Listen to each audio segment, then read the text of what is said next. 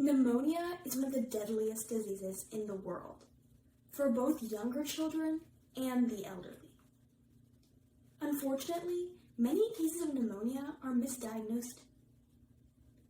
In fact, Passon and Powell state that around 40,000 to 80,000 misdiagnoses have occurred in the US alone. When diagnosing pneumonia, many doctors and radiologists use the method of looking at a CXR image and searching for opacity. Unfortunately, this is where the misdiagnosis is most likely to occur. When doctors and radiologists look for opacity in the pneumonia CXR image, they have something called review areas. And these review areas are places where misdiagnosis most occurs. Unfortunately, this hasn't helped much, and doctors and radiologists are still prone to making more misdiagnoses in the cases where pneumonia appears in the apex or behind the heart. The review areas are also in the apex and behind the heart.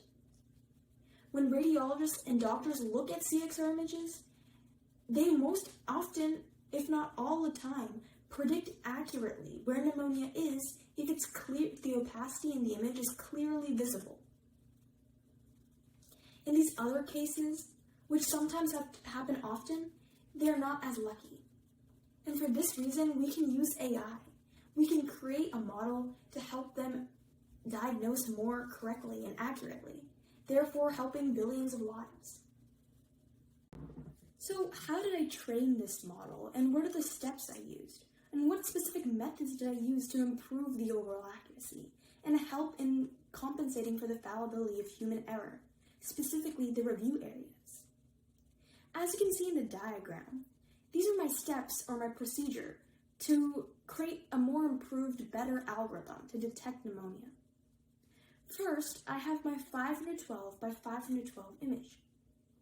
These images were not directly fed into a convolutional neural network. Rather, they were taken and then sampled random 256 by 256 images from this larger 512 by 512 image. This can be seen in the step where the larger image is then taken to 1, 2, and 3, and then fed into a convolutional neural network.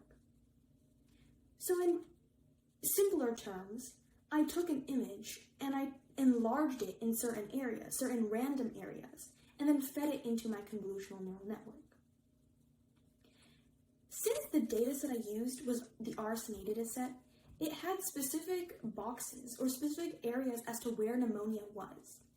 Therefore, I was allowed to create a target value for each of these smaller 256 by 256 images.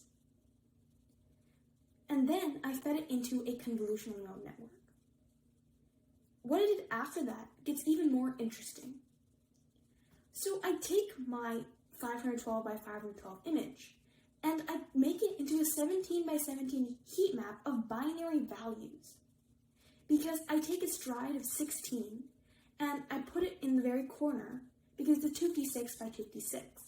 So I put this 256 by 256 filter on the very top left corner, and I make it go through this convolutional neural network. And this convolutional neural network outputs 0 or 1. 1 being it has pneumonia, 0 being it does not have pneumonia.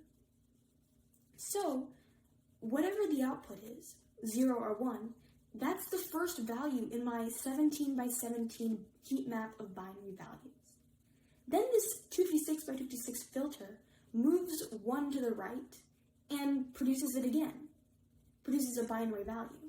And it continues to do so for the entire image. This creates a 17 by 17 heat map of binary or 0 and 1 values. Then I take this new heat map and make it go through another 17 by 17 convolutional layer. But it doesn't end here. I take my original 256 by 256 resized image.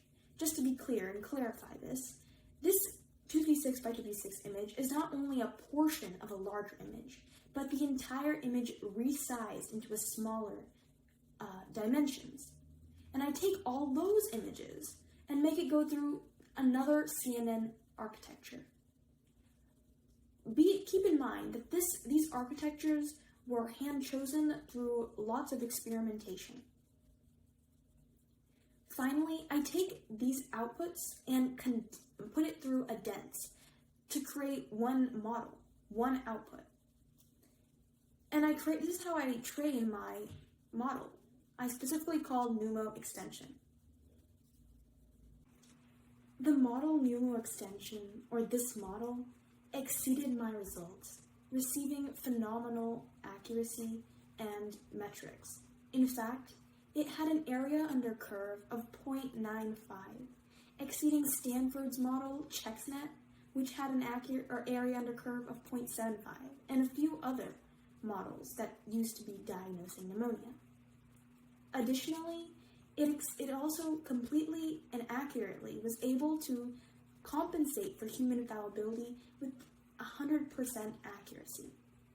Out of 25 images, for every image the radiologist was not able to accurately identify, the model was able to compensate for that by accurately diagnosing the image, therefore reaching its goal of being able to help compensate for human error in order to help be a better tool and help save more lives. I'm really glad I was able to do this project and try making a difference in the world. If anyone would like any more information on it, this paper can be accessed here at ArcSit. I would also like to take this opportunity to thank everyone who helped me, including my father, who was great whenever I had errors in my code or whenever I needed help. He was always there for me. And to everyone, like the radiologist and the professors that helped me make this project a reality.